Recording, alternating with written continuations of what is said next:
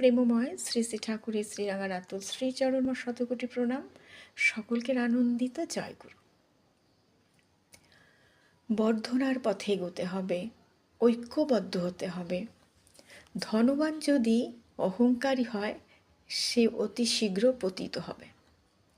ঠাকুরের নানান বাণীর মধ্যে আমরা যেন এই কথাগুলি আমাদের সব সময় মাথার মধ্যে ঘুরতে থাকে। ঐক্যবদ্ধ, আমরা ঐক্যবদ্ধ হব কি করে? একই সঙ্গে একই সমাজে নানান বর্ণের নানান জাতির মানুষ আমার শ্রী ঠাকুরের চরণাশ্রিত। আমরা দেবঘরে গেলে বা উৎসবের কোনো জায়গায় গেলে আমরা দেখতে পারি নানান বর্ণের নানান জাতির মানুষ একত্রিত হয়ে ঠাকুরের বাড়িতে বা ঠাকুরের উৎসবে আনন্দ করছে।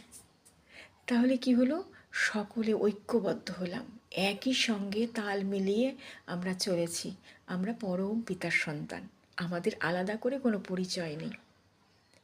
বর্ধনার পথে এগোতে গেলে আমাদের মানুষের দুঃখের দুঃখী, সুখের সুখী হতে হবে। মানুষের পাশে দাঁড়াতে হবে, মানুষকে ভালোবাসতে হবে।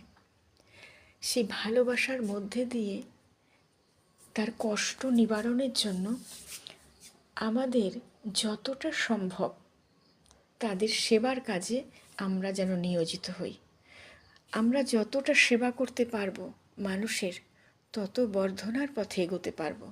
বর্ধনার পথে এগোনো মানে আমরা আমাদের জীবন, আমাদের যশ মান, আমাদের সংসার, আমাদের পরিজন, সন্তান সন্ততি সকলেই যেন শ্রী ঠাকুরের মানুষ হয়ে ওঠে।